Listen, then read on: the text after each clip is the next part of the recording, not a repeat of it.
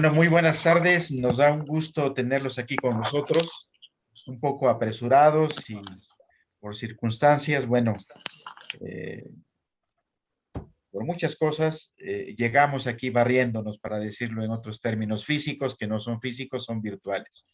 Quisiera yo agradecer a la Asociación Filosófica de México, a la doctora Xochitl López Molina y por supuesto a al consejo, a todos los compañeros que están alrededor de esta organización, de este coloquio internacional de filosofía, de la Asociación Filosófica de México, que abrieron esta posibilidad junto con el coloquio que el doctor Miguel Romero Griego, Filosofía y la Educación, que a pesar de tantas actividades, tantos compromisos, montamos, desmontamos, pero tratando un poquito de cumplir con estas situaciones, pues les damos la bienvenida al público que nos está viendo del otro lado y la que está en esta sala.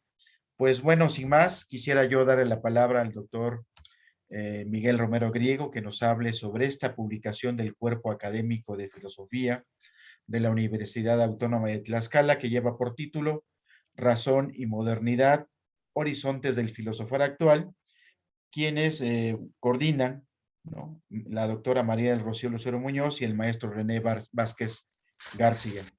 Doctor Miguel Romero Griego, bienvenido, muchas gracias.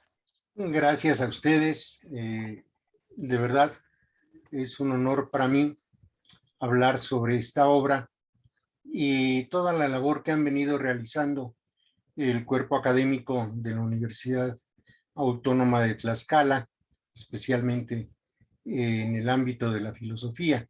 Yo creo que su labor de difusión y de reflexión filosófica ha sido muy importante y muy aportativa. Ya habíamos tenido oportunidad de hablar sobre esta obra en el marco de la Feria Internacional del Libro y reitero algunas de las ideas que allí expresé, y en una relectura me parece que la veta que se abre sobre este tipo de reflexiones es muy rica, y sobre todo con el talento de los que participan en esa obra, y que además sé que se trata de una labor de intercambio de ideas, de una labor en equipo, de una labor con fines puramente intelectuales y especialmente filosóficos. El problema de la razón, la racionalidad, sigue siendo motivo de muchos debates, no solo desde la perspectiva de la modernidad con un enfoque muy apegado a la tradición occidental en cuanto al logos como palabra y como la esencia de algo. Cuando hablamos de que algo es lógico, pues asumimos que se trata de algo que se está dando de manera natural o de acuerdo con el ser sobre el cual se habla. Esto que en la tradición griega se retomó en muchos aspectos, desafortunadamente en muchos casos se llevó solamente a la cuestión lingüística, traduciendo el logos, razón, circunscribiéndolo a la palabra. Me parece que el enfoque que hacen ustedes va más allá de esa tradición lingüística. Cuando hablamos de la razón de algo, estamos hablando del por qué. Y a sabiendas de que ese por qué a veces es inconmensurable, pues tratamos de darle ciertas fronteras para abordar las características de eso, de lo que hablamos, ¿no? Es decir, que es lógico que algo suceda o que no tiene razón de ser, pues nos estamos refiriendo también a que no forma parte de su esencia o que es absurdo que se le atribuya una característica a un acto o a un objeto, etcétera, etcétera. Así pues, a mí me llama ahora más la atención este abordaje desde diferentes ángulos. No me detendré hoy a hacer una descripción puntual de lo que plantea cada uno de los autores, yo creo que el público tendrá la oportunidad de corroborar esto que afirmo como axioma, que se trata de una labor fundamental y que abre nuevas perspectivas de análisis, tanto de la razón como de la modernidad. ¿Será cierto que es en la modernidad donde se inicia la reflexión sobre la razón? Igual que será cierto que el racionalismo es tan alejado del empirismo como algunos manejan. ¿Será cierto o podemos estar seguros de que la racionalidad que se plantea en la modernidad es la misma en todos los casos? Por ejemplo, desde la perspectiva de Descartes. Conste que algunos lo consideran el padre del racionalismo, pero ¿será la misma que la que nos plantea Kant? ¿O será la misma que nos plantea Hinkelhammer en la crítica a la razón instrumental? Bueno, todas estas discusiones que abordan lo mismo la maestra Lucero, el maestro Antonio Mateus, el maestro José Vargas y todos los autores que participan de esta obra, que es un esfuerzo encomiable, creo que lo abordan desde una perspectiva muy sui generis y que nos da pie a una serie de reflexiones y, en mi caso, a una serie de cuestionamientos que yo creo que seguramente los lectores que tengan la oportunidad, espero que la tengan muchos, la oportunidad de entrar en ese diálogo sobre las diversas dimensiones, tanto de la racionalidad como de la llamada modernidad. Yo creo que abre una serie de discusiones que bien nos pueden hacer comprender mejor el papel de la razón, la influencia que tenemos realmente de la modernidad. Es muy fácil hablar de la modernidad como un periodo histórico o como un parteaguas entre la época medieval, de la cual se habla también a veces de manera muy hasta frívola, que si la noche más oscura de la humanidad, que si solo había una concentración en reflexiones de carácter teológico, y que pasando por el Renacimiento y llegando a la modernidad, entonces esto como que se devela y adquiere otros matices. Me parece que habría que hacer una relectura y un análisis más serio que ustedes, de verdad se los digo, me parece que hacen y aportan mucho para una nueva reconceptuación, en el sentido estricto de la palabra, no solo el concepto lingüísticamente hablando, como lo que refiere a algo, sino el acto mismo de, más que nombrar, relacionarse con algo. Entonces, conceptuar, concebir, es también crear. Y mediante la razón, como algunos de ustedes lo afirman, estamos recreando no solo el conocimiento, sino también la relación que tenemos con el mundo. Igual diría o algo semejante respecto de la modernidad. Y realmente ese parteaguas de veras se le da un giro copernicano a estas concepciones del mundo que se tenían en la Edad Media. Es ese tipo de obras que a mí me parece que a veces no se valoran en su justa dimensión y que en el ámbito filosófico nos hace mucha falta. Y además de ello, quiero resaltar ese trabajo interdisciplinario que me consta, en ocasiones hemos tenido oportunidad de convivir en esos espacios en que ustedes desarrollan una labor intelectual para mí muy auténtica, muy genuina y muy fraternal, que a veces nos falta mucho en las discusiones filosóficas. Lejos de la fraternidad, a veces caemos en un crotalismo o en una competencia desleal realmente indigna para la filosofía y para la discusión filosófica. Me voy a permitir comentar alguna confidencialidad, ¿no? Las discusiones que llegamos, o las pláticas que llegamos a tener, pues acompañados de unos chiles en nogada o en algún restaurancito de la hermosa ciudad de Oaxaca, ¿no?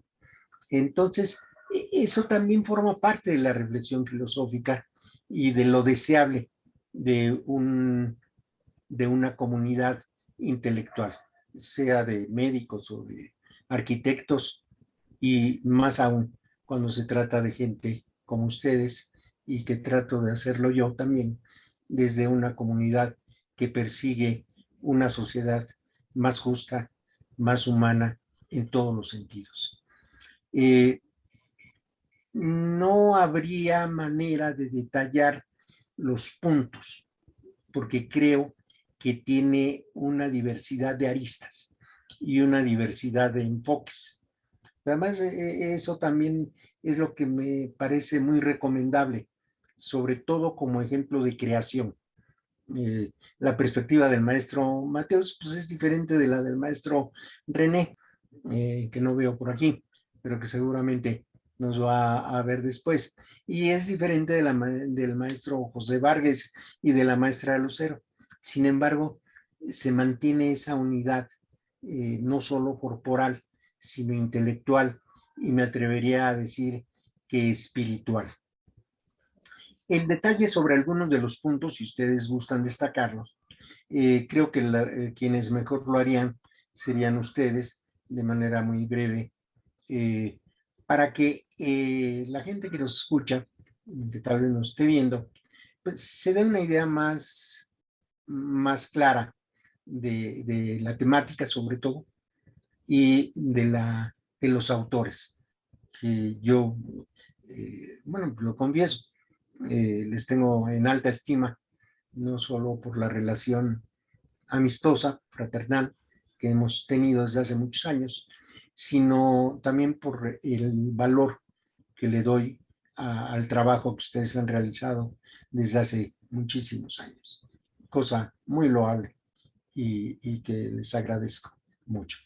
Entonces, si quisieran detallar algunos aspectos de la obra, yo creo que eso enriquecería más esta presentación. Muchas gracias, doctor Miguel Romero Griego, como siempre. Nuestro reconocimiento de tu trabajo y sobre todo este ánimo, esta ánima de acompañarnos, de trabajar juntos, de seguir pensando y seguir haciendo humanidad y comunidad filosófica, ¿no? Como siempre lo hemos hecho. Vamos a darle la palabra a la doctora María del Rocío Lucero Muñoz, que es coordinadora de este libro, junto con el maestro René Vázquez, que también por cuestiones y actividades académicas múltiples, a las cuales uno se compromete pensando que en lo virtual el tiempo no se encima, pero parece que sí. Entonces, por favor, doctora Rocío. Bueno, buenas tardes a todos. Muchas gracias a la Asociación Filosófica de México que nos permite presentar este texto. En primer lugar, quisiera yo decir que, como lo mencionaba el doctor Miguel, es un trabajo colectivo, es un trabajo a varias voces, dado por nuestros compañeros de la disciplina, que responden a las invitaciones que hace el cuerpo académico de nuestra licenciatura.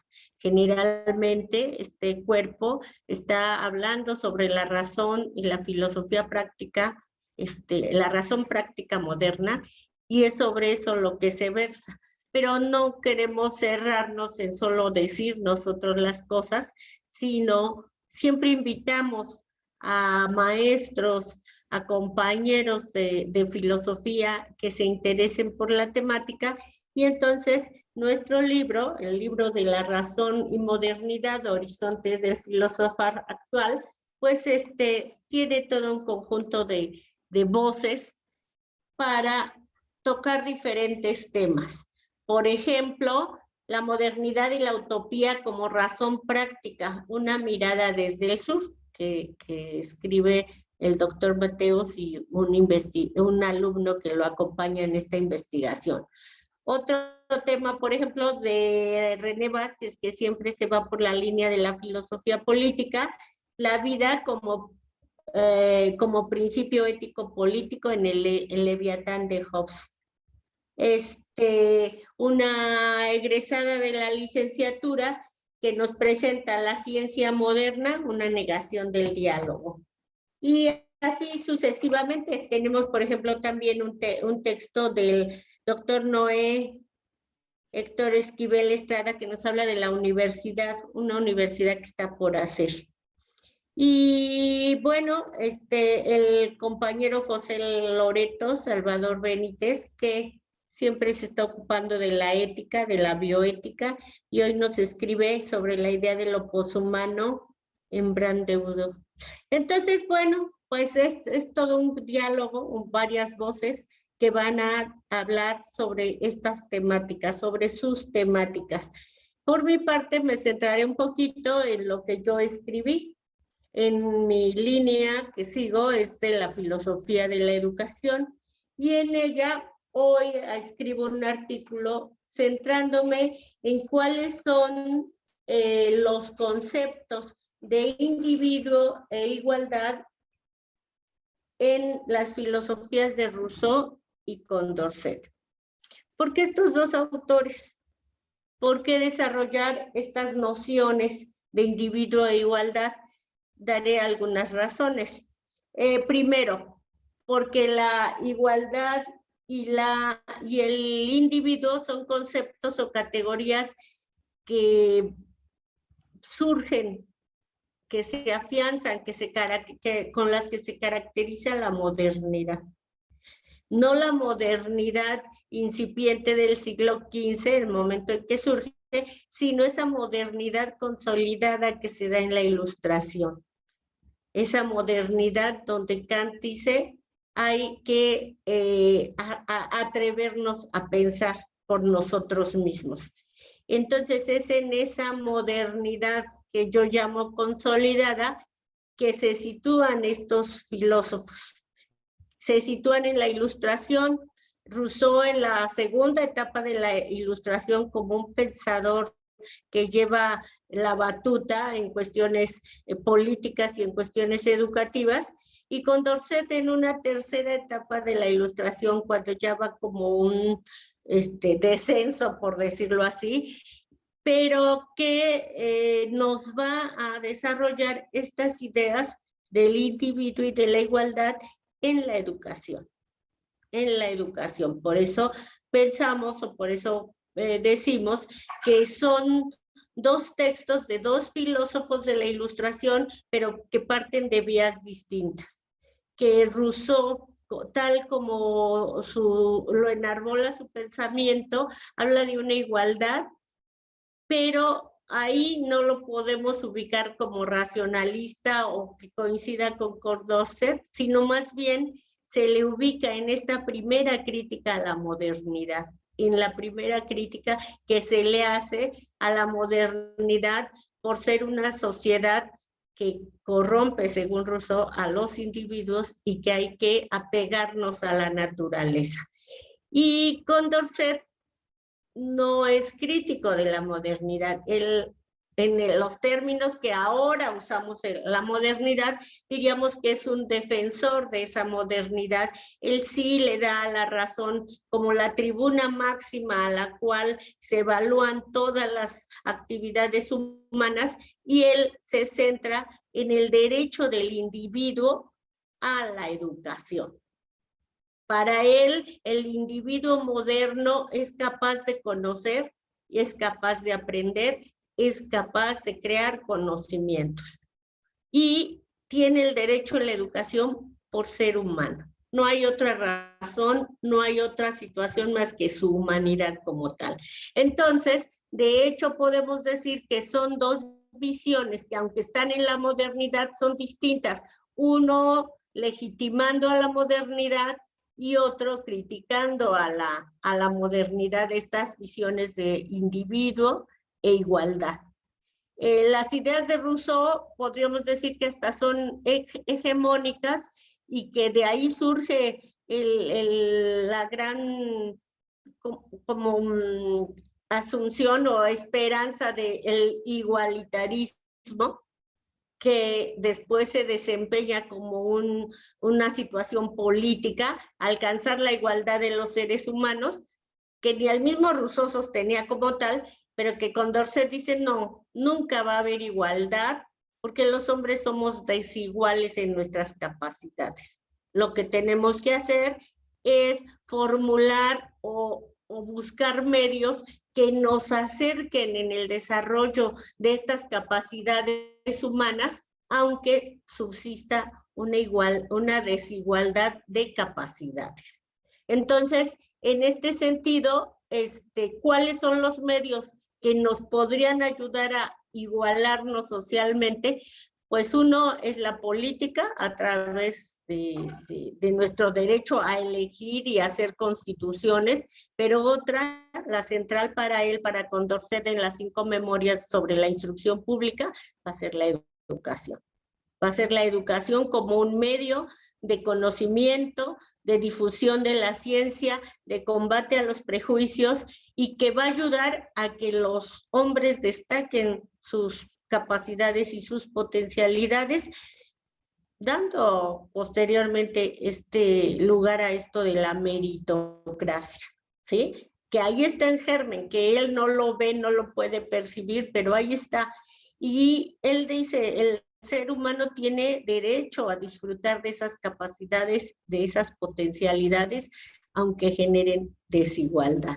En este sentido, entonces, podemos decir que son 2 visiones contrapuestas, tan contrapuestas que cuando Condorcet produce esta obra, principalmente las 5 memorias, luego le van a encargar un proyecto de decreto sobre la Constitución en cuestiones educativas y en cuestiones de instrucción, pero al chocar con los jacobinos, pues lo sacan, lo excluyen, no lo dejan manifestar estas ideas y pues termina eliminado en la cárcel, muere en la cárcel por todas estas contradicciones. Entonces, el texto lo que quiere es resaltar precisamente esas contradicciones que se van dando en la Ilustración, que van haciendo germinar la crítica a la modernidad por el lado de Rousseau, pero que van a venir hasta la escuela de Frankfurt, en decir, en la Ilustración, que se tenía toda la confianza en la razón, resulta que no se cumplieron sus promesas.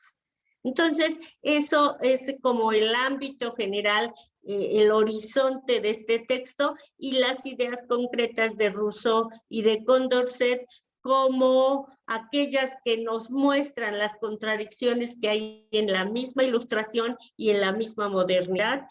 Y como en este momento, o bueno, podría yo decir también, Condorcet es como el exponente del liberalismo educativo.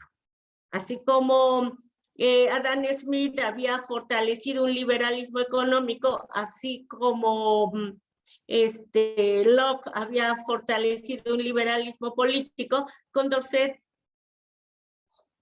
consolida o formula un liberalismo educativo, que después se viene con todas las contradicciones, pero que en este momento en que se da a nivel político, a nivel de los países, a nivel de las políticas educativas, una lucha entre si de veras hay un derecho para todos a la educación, pues volver a estas fuentes nos ayuda a comprender estos procesos históricos que estamos viviendo.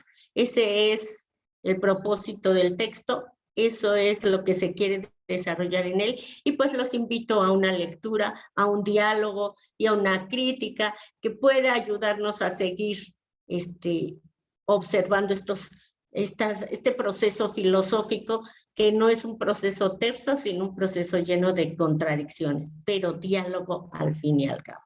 Muchas gracias en este sentido. Muchas gracias, doctora Rocío, por estas puntualizaciones. que has hecho sobre el texto. También puntualizar que es un libro editado por Itaca, no es, aparecía anunciado como monosílabo, no es editado por Itaca, y como bien dices, es un libro que convoca a otras voces con perspectivas distintas a las nuestras, pero que los trabajos se agrupan como pretexto bajo dos categorías: razón y modernidad, ¿no? En la amplitud de lo que implica todo este horizonte de comprensión de este horizonte moderno, compañeros de la Universidad del Estado de México, Universidad de Colima, ¿no? La misma Universidad Autónoma de Tlaxcala y la Universidad de Zacatecas, Autónoma de Zacatecas, por ejemplo, ¿no? Vamos a darle la palabra al maestro José Vargas, quien quiere participar como parte del público que nos escucha acerca de esta presentación que estamos haciendo. Por favor, maestro Vargas. Bueno, ¿me escuchan? Sí. Sí. Bueno, algo breve. Es un gusto para mí estar presente y escucharlos, y también felicitar a la Asociación Filosófica de México, a los integrantes de la mesa directiva, porque a pesar de la situación y de las circunstancias, han hecho una gran labor y un gran trabajo para poder llevar a cabo este 20º Congreso de Filosofía, Nacional de Filosofía, que pues se ha ido consolidando a lo largo del tiempo, ¿no? Y bueno, me parece muy importante. Y por otro lado también la participación de la Universidad Autónoma de Tlaxcala con estas publicaciones y esas colaboraciones de diversas universidades, ¿no? Como la Universidad de Colima, Zacatecas, el Estado de México, ¿no? Y la Autónoma de Tlaxcala, ¿no?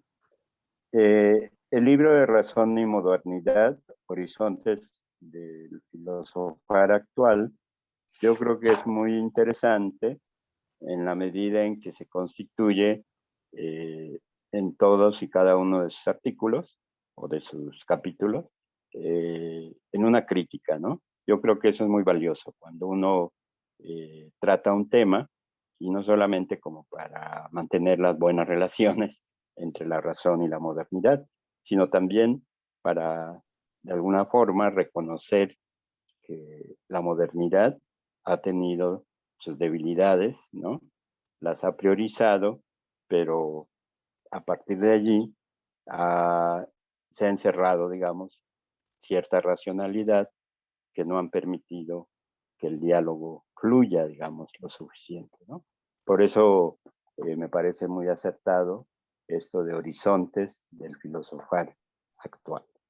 Solamente quiero hacer mención, porque me parece muy interesante lo que escribe los doctores en la Universidad de Colima, Benjamín Panduro Muñoz, Homer Boato y Adriana Mancilla, en su capítulo que titularon La razón convivencial, recurso de la filosofía para no perderse en la banalización del discurso moderno, ¿no?